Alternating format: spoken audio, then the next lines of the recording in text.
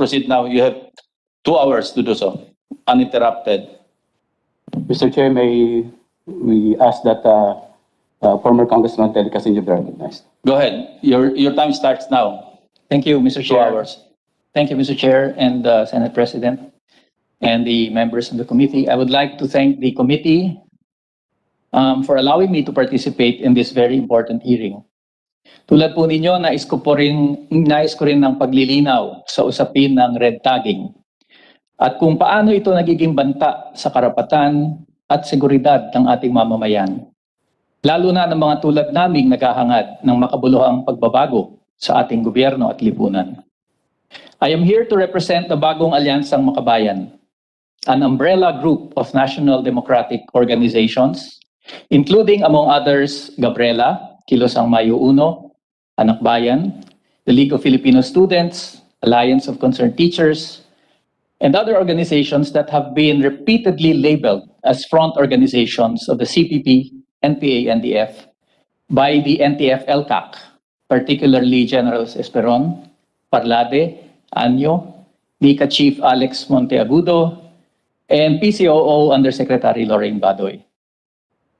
I am also here in my personal capacity since my name was mentioned in the last hearing by one of your resource persons, Mr. Jeffrey Celis. Mr. Chair and members of the committee, sa nakaraang testimonya ni Mr. Celis sa kapulungan ito at sa napakaraming mga pahayag niya sa media, social media at iba pang forum, sinasabi niyang ako ay miyembro ng CPP at kung gayon ay kalahok sa armadong pagpapabagsak sa gobyerno at mga kaugnay na iligal na gawain. Sinasabi rin niyang ang bayan at mga organisasyon sa ilalim nito ay mga front organizations ng CPP, NPA, NDF, nagre-recruit ng NPA at bahagi ng armadong revolusyon. Ito rin po ang paulit-ulit na sinasabi nila Yusek Badoy, General Parlade, at iba pang opisyal ng NTF-ELCAC. Ito ang pinapakalat nila araw-araw sa Facebook, sa YouTube, sa napakaraming mga fake news sites sa internet. Nandito po ako para sabihing wala itong katotohanan. Isa po akong aktivista. Kumikilos po ako sa legal at parlamentong pakikibaka para sa panlipunan at demokratikong reforma. In pursuit of my advocacies, be it higher wages for workers, climate change, or lower power rates, I have always worked within the bounds of the Constitution and our laws. I am not engaged in the armed struggle. I do not support or espouse the violent overthrow of the state. And I do not recruit for the New People's Army or any armed group. Hindi po ako rebelde, Mr. Chair. Hindi po ako terorista. At hindi po ako front ng mga rebelde o terorista. Ako po ay isang aktivista. It is true, Mr. Celis and I were student journalists in the College Editors Guild 29 long years ago. But to name drop me just to bolster his stature as a self-confessed CPP insider is both malicious and unfair. Marami na pong nangyari mula nung nag-cruise ang landas namin ni Mr. Celis. Ako po, nanatiling aktivista, naging congressman ng 9 na taon, at bumalik sa Parliament of the Streets. Si Mr. Celis po, kung paniniwalaan ng kanyang storya, nag-NPA, sumuko sa gobyerno, pinangalanan ni Pangulong Duterte na involved sa illegal drugs. Tapos ngayon ay ahente na ng NICA at star asset ng NTF-ELCAC. Hindi ko po alam kung anong pagsusubaybay o pananaliksik ang ginawa niya sa buhay ko para ako ay paratangan niya ng kung ano-ano. Wala naman po siyang pinapakitang ni isang katiting na tunay na ebidensya liban sa mga self-serving statement niya. Mr. Chair, my accusers have failed to provide any document, any incident, or any piece of competent, admissible, and credible evidence to prove their allegations against me. What they churn out are all sweeping and unsupported assumptions, unsubstantiated accusations, aimed to discredit me, my advocacies, and the organizations I work with. Nilalagay po nila sa peligro ang buhay ko, gayon din ang aking pamilya. Ang talagang kinakatakot ko, Mr. Chair, ay mangyari sa akin ang nangyari sa mga kaibigan kong si Randy Malayaw, kaibigan din ni Mr. Celis yan, Sara Alvarez, Jory Porquia, at marami pang aktivistang pinaratangan nilang komunista bago pinatay. Mr. Chair, ito po ang panganib ng red tagging. Pararatangan kang komunista, terorista, communist front, o kasabwat ng mga komunista upang ikaw ay takutin, patahimikin, dungisan ang iyong pangalan, palabasing sangkot ka sa mga illegal na gawain, at iset up sa mga gawa-gawang kaso o mas matindi para bigyan ng katwiran ang iyong pagpatay. Karaniwang biktima nito ay mga aktivista na naglilingkod sa mga mahihirap at inaapi, miyembro ng oposisyon, media, mga kritiko at hindi sumasang-ayon sa gobyerno.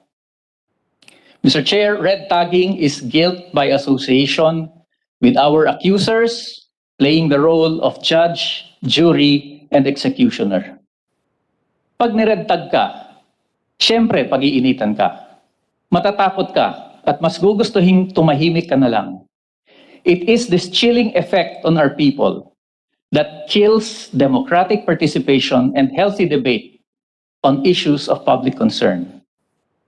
Mahalagang pansinin natin na sa kanyang testimonya at mga media interviews, inaamin po ni Mr. Celis na ang kanilang mga akusasyon ay hindi makakatayo sa korte. Kaya nga daw dumudulog sila sa Court of Public Opinion. Kasama na po itong Senate hearing para daw ilantad kami. In other words, Mr. Chair, this is nothing but trial by publicity, with the Senate, unfortunately, serving as their biggest platform today. Hindi na po bago ang red tagging, red baiting, o communist witch hunting. Ginawa na po ito ni Hitler in Nazi Germany, ginawa ni Senator McCarthy sa US, ginawa ni Suharto sa Indonesia, ginawa din ni Marcos dito sa ating bansa. Isa pang talamak sa pag-red tag ay ang gobyerno ni dating Presidente Gloria Macapagal Arroyo. Sa ilalim ng pamumuno ni Army Chief at kinalaunan AFP Chief of Staff Hermogenes Esperon at mga general niyang katulad ni Jovito Palparan at Eduardo Anyo, mahigit 1,000 aktivista at mga miyembro ng progresibong party list organizations at cause-oriented groups ang pinatay o dinukot ng mga hinihinalang militar at suportado nilang mga paramilitary at vigilante groups. Bago sila pinatay o dinukot, halos lahat ng mga biktima ay ni-red tag. This is well documented, Mr. Chair. Let me quote the findings of UN Special Rapporteur on Extrajudicial Summary or Arbitrary Executions, Philip Alston, who visited the Philippines in February 2007 to investigate the killings under the Arroyo administration. Ang sabi po ni Professor Alston, may dalawang dahilan ang malawakan at sistematikong pagpaslang. And I quote, "The first cause has been variously described as vilification, labeling, or guilt by association. It involves the characterization of most groups on the left of the political spectrum as front organizations for armed groups whose aim is to destroy democracy. The result is that a wide range of groups, including human rights advocates, labor union organizers, journalists, teachers, teachers' unions, women's groups, indigenous organizations, religious groups, student groups, agrarian reform advocates, and others are classified as fronts and then as enemies of the state that are accordingly considered to be legitimate targets. The second cause is the extent to which aspects of the government's counterinsurgency strategy encourage or facilitate the extrajudicial killings of activists and other enemies in certain circumstances." Mr. Chair, ito ho mismo ang ginagawa ngayon ng NTF-ELCAC sa pamumuno ng kanyang Vice Chairman na si General Esperon, na siyang AFP Chief of Staff nang nag-imbestiga si Professor Alston. Pero mas matindi po ngayon, hindi na lang komunista ang tawag sa amin, terorista na. Umabot na po sa antas ng kahibangan ang pagre-red tag nila. Noong September 2018, ilang araw bago ang malaking rally sa Luneta, isinangkot po kami ni nooy AFP Deputy Chief of Operations, General Antonio Parlade Jr., sa isang umano'y Red October plot. I'm sure the senators have heard of this. Ayon sa kanya, itinatag daw ng CPP-NPA ang isang grand coalition para pabagsakin ang gobyernong Duterte, kasama ang Liberal Party, ang Magdalo Group, ang mga anti-Duterte coalitions tulad ng Movement Against Tyranny, Coalition for Justice, at Tindig Pilipinas, at 11 universidad at kolehiyo sa Metro Manila. May kasama pa hong isang paaralan na hindi naman nag-i-exist. Kasama din daw ang mga labor groups, mga student activists, mga lumat organizations sa Mindanao. This preposterous and ridiculous plot was obviously meant to subject us to trial by publicity, establish guilt by association, and spread outright lies and intrigue to sabotage the September 21 rally and paint the president's critics as destabilizers. Ganyan din po ang nangyari sa amin noong February 2006 nang kinasuhan kaming 6 na party list congressmen noon ng rebellion ng Interagency Legal Action Group.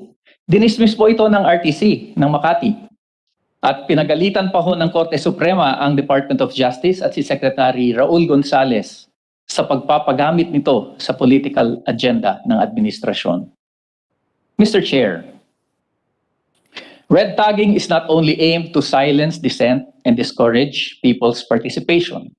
It is also part of the military's Psy-war operations to demonize, terrorize, neutralize, and kill suspected insurgents. Ang problema po, mga hindi armadong sibilyan ang biktima dahil kami ang madaling targetin. Human rights groups have documented at least 328 activists and ordinary civilians killed in this kind of counterinsurgency operations. Kasama na ho dyan si Malayao, si Echanis, si Alvarez, si Porquia, mga human rights lawyers katulad ni Attorney Ben Ramos at Anthony Trinidad. Yung 14 na magsasaka sa Canlaon City, 9 farmers in Sagay City, all killed in joint PNP-AFP anti-crime operations.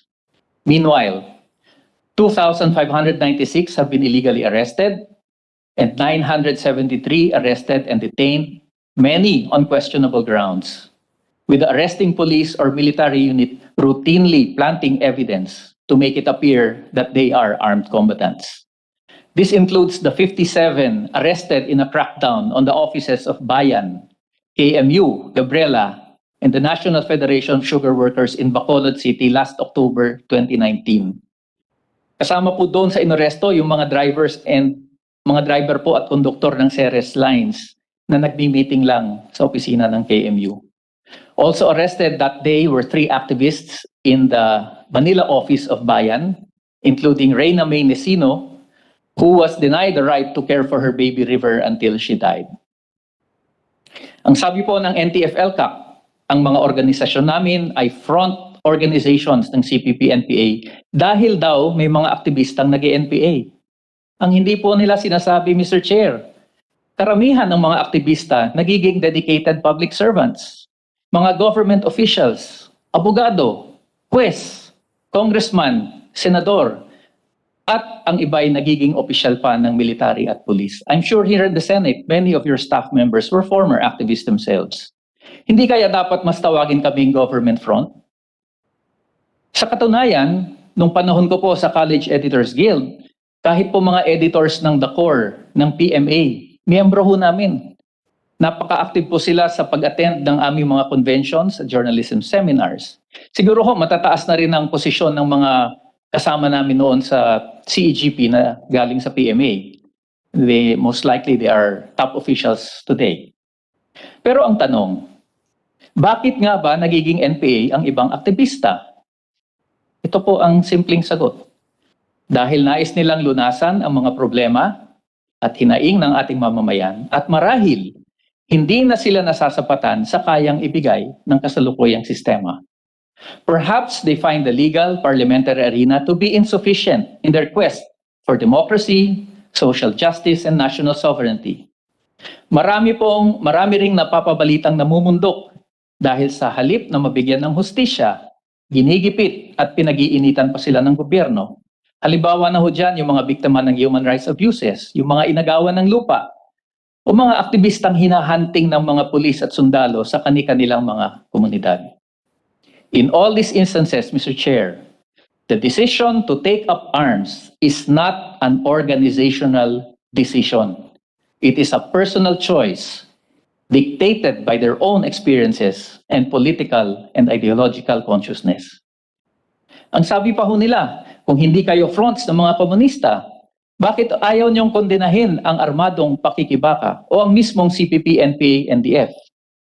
Ang sagot ko po ay dahil kinikilala namin na ang kanilang mga ipinaglalaban, just like the Moro National Liberation Front, who is also taking up arms, the Moro Islamic Liberation Front, kanilang pinaglalaban ay nakaugat sa mga makasaysayan at lehitimong hinaing ng ating mamamayan. Hindi po masasamang tao itong mga ito, Mr. Chair. Sila po ay mga kapwa Pilipino na nais din ang pagbabago. Halimbawa, tunay na reforma sa lupa, pambansang industrialisasyon, pagrespeto sa karapatang pantao, pagbuwag sa pork barrel system at mga political dynasties, pag-iit ng soberenya sa West Philippine Sea at sa buong bansa. Ito po yung mga bagay na dapat lamang ipinaglalaban.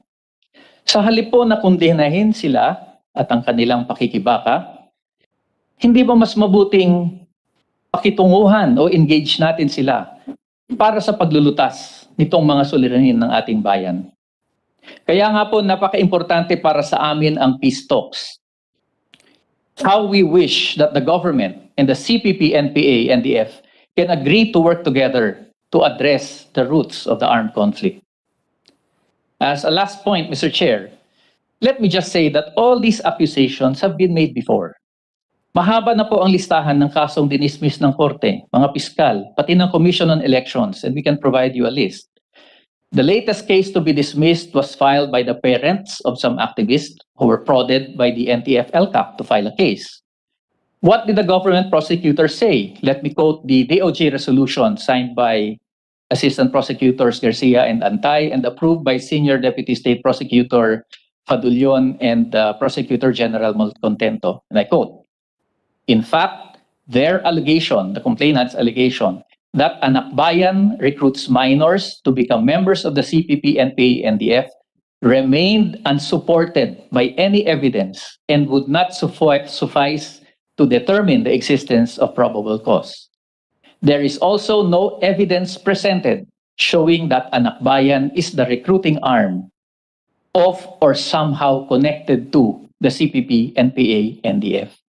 Uulitin ko po sa Pilipino, walang ebidensyang ipinresenta na nagpapakitang ang anakbayan ay recruiting arm o may anumang koneksyon sa CPP, NPA, NDF. Klarong-klaro po. Ang katotohanan po, Mr. Chair, ay ang aming organisasyon ay hindi front ng mga CPP, NPA, NDF o kahit na ano pa mang armadong grupo. Wala rin po kaming ginagawang illegal.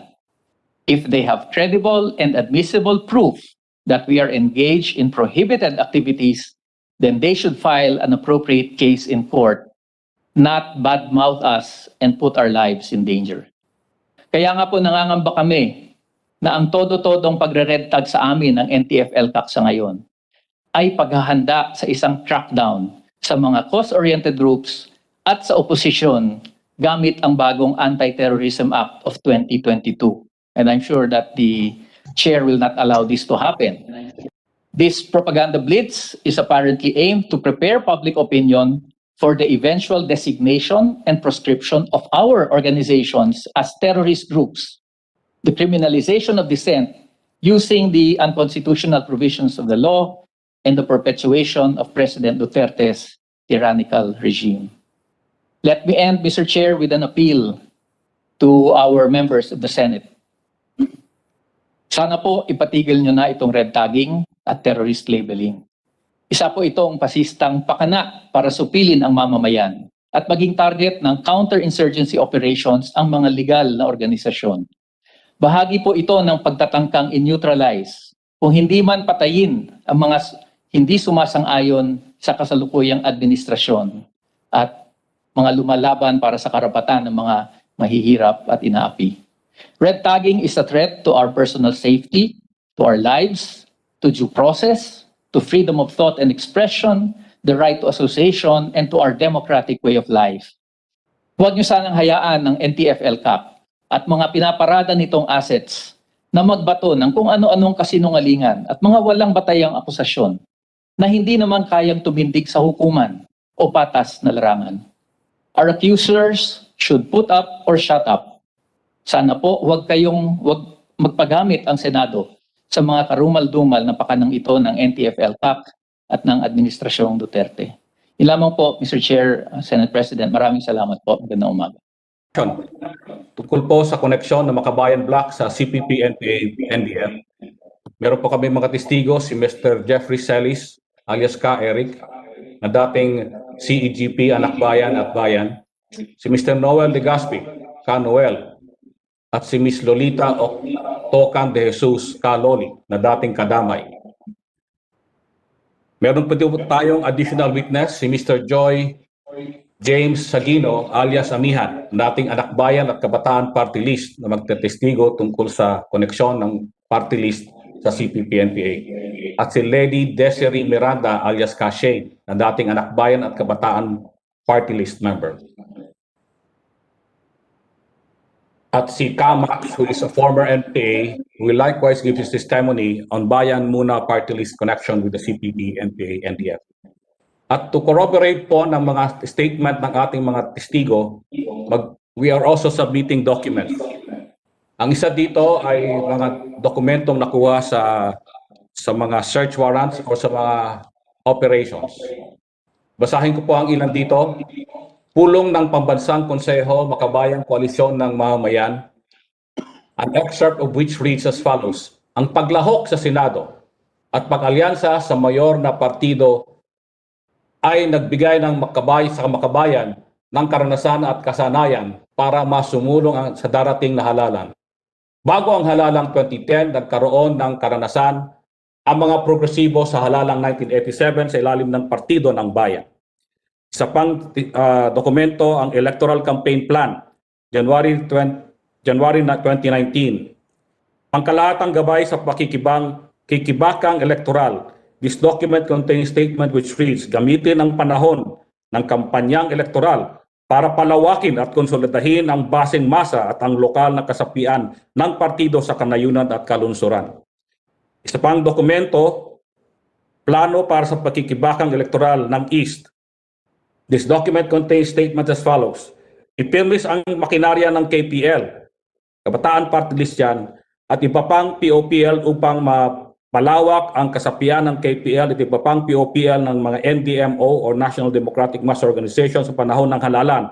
Mabilis na magtayo ng mga samahang masa, alyansa, chapter at mga POPL na pamumulan ng mga bagong aktivista kasapi sa partido at kadre ng partido. ED Notes contains excerpts.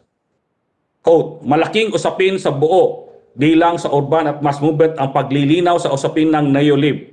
Maagang nagsulat si JMS o Joe Masison dyan, pero ang pick-up ng Rev movement kung paano yan lalabanan ay di matalas na nagagawa. Yung sa electoral ay may defined line. Kahit natatalo, tuloy-tuloy tayong lumalahok. Larangan yan ng pakikibaka. Senado na lang ang wala. At saka presidente. CPP Founding Chairman also issued a mensahe sa pakikiisa sa Asambleya ng Pagtatag ng Makabayan. And quote, pinupuri at binabati ko ang bayan muna, Anak Pawis at Gabriela sa pagsisimula ng pagbubuo ng Makabayan bilang koalisyon ng mga partido para sa pagkaisahin ang malawak na masa ng mamamayan at makilusin. Unquote. On the use of the CPP-NPA front organizations such as Anak Bayan, LFS and Kabataan to recruit and radicalize students to become NPA terrorists, the following will give their testimonies. Mr. Christian Sabado alias Ka Chan Chan, Ms. Ivy Ann Corpin alias Ka Marge or Ka Ives. Isa pang dokumento na isubmit namin sa komite ay ang programa ng Solar, which contains excerpts that reads, ipagpatuloy ang makasaysayang tradisyon ng kabataan, masiglang itaguyod ang pagpapadala ng paparaming voluntaryong aktivista at kasapi ng partido para lumahok sa armadong pakikibaka ng mga revolusyonaryong gawain ng kanayunan. on the CPP's control of the ACT and Gabriela and the Makabayan party list, submitted our season statements directing, in essence, the ACT and Gabriela to participate in the party list. For ACT, season said, hinihikayat ko kayong ipagpatuloy ang seryosong pag-aaral sa posibilidad na magbuo ng partido ng mga guro para sa party list. Relatedly, season called on the Gabriela to consolidate the victories of the women's movement in the electoral struggle and raise this struggle to a new and higher level through Gabriela Women's Party. On the use of the CPP-NPA front organizations to solicit funds, we have Ms. Jacqueline Ilaco, alias Lala, and Dato Lito Omos, former member You of have 20 Bayan. seconds. On the 20 use of seconds. NDF funds sa Lugpungan, Mindanao Interfaith Service Foundation and TRIPS Schools for the IPs, by Magdalena Ilagan and Awing Apuga and Dato Joel Mahusay will give their testimony. On the use of NTF-run schools to train IP instructors for the NPA. Thank you. Mr. Thank you, Director General Monteagudo. A former student of Sorry, Salumpungan, your time is up. Giovanni Diarog, Jolan Digaynon, Diolita Diarog, and Melin Digaynon will give their testimony. Your time is up. Finally, to give his testimonies that Makabayan Bloc representatives are CPP party. Mute niyo.